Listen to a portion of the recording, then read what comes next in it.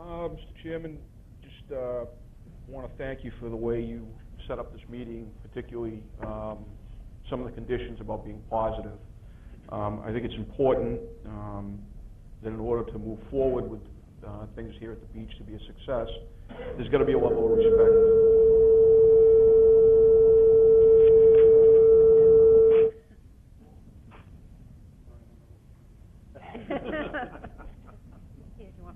Yeah, nope, I think I got it there. Back to the respect and the trust issue. We all may come from different points of view on how to achieve that goal, but the key thing is it's a goal that everybody has.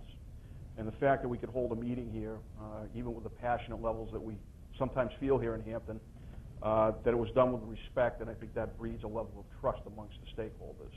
And I think today's earlier event, the groundbreaking, is proof that that's what it's going to take to keep moving forward. I just wanted to offer that I thought that was the right direction to go, and that when we all go back to our own entities, that we try to run our meetings and our public discussions in the same manner that we did today, and I'm convinced that'll have positive benefits for everybody here at the table. Thank you.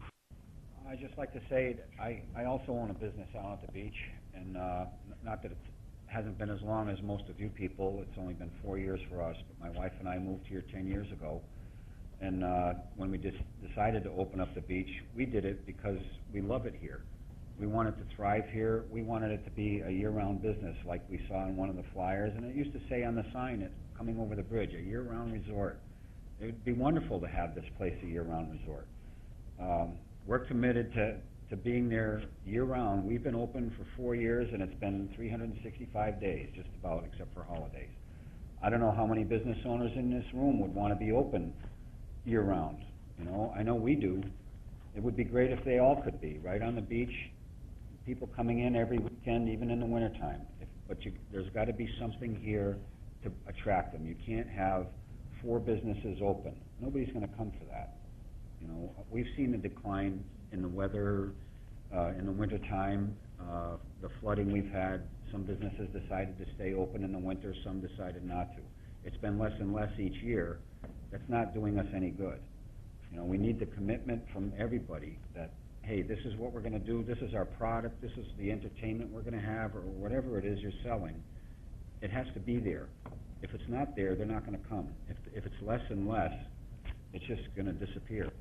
No matter how much you fix up the facades of the building or whatever, you clean things up, if the right attractions aren't there, it's just not going to happen. And that's what we have to bring into here. That's all I have to say. Thank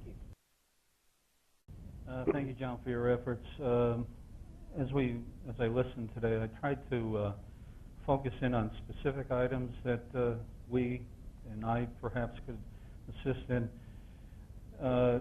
The political environment that the beach exists in has a lot of players. It's a complex environment. We have DRED, we have DOT, we have New Hampshire Ports, we have the town, we have the village precinct. And then I think as we heard late in the discussion today, a whole variety of economic development entities. And I guess as I thought about that a little bit, it kind of said to me we do need an economic development coordinator, somebody available to the beach to pull all that together. That it's a complex set of issues that people have to deal with as they want to develop, redevelop. So that would be, I guess, my first suggestion.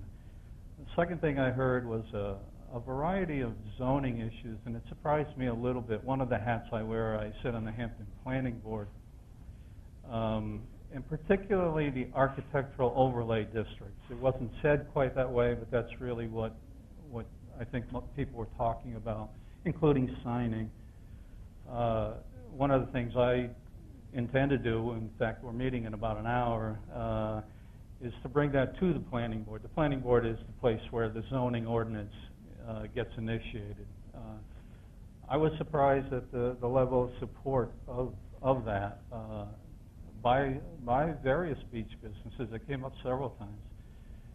The third major issue I heard was transportation issues, a variety of them. Some of them very large, major projects. Some of them much more mundane day to day. And I think we have a working group sitting at this table: Bill Watson, Brian Warburton, Cliff Sennett, Nancy Stiles, Rick Sawyer, and myself have been involved in parts of these issues. I think we should leave here today with a commitment to form a subgroup, to go through all of what we heard today, and come up with a plan as to how we can implement many of those suggestions. And then the final thing, picking up on Mr. Welch's a little more whimsical, we've been without a Christmas parade in Hampton for some number of years. Channel 22 has been running the 350 parade in recent weeks. I would suggest, we look at bringing the Christmas parade back to the beach. Thank you. Thank you. I bring a lot of, varied background in transportation, and Fran is absolutely right. There's a lot that goes on. A lot of the transportation issues talked about today are very large, and some are very local in nature. And one of the things that we do, I think we do pretty well at the department, is focusing on both of those. Councilor Hollingworth can speak to our 10-year plan process. I saw more of all the councilors this past fall than we needed to. 37 public hearings throughout the state. Groups not nearly as large as this.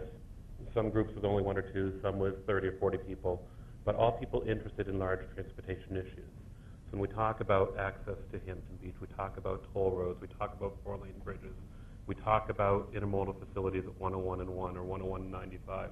Those are the larger type issues that we hear a lot about, and it's good to renew and re-energize that conversation.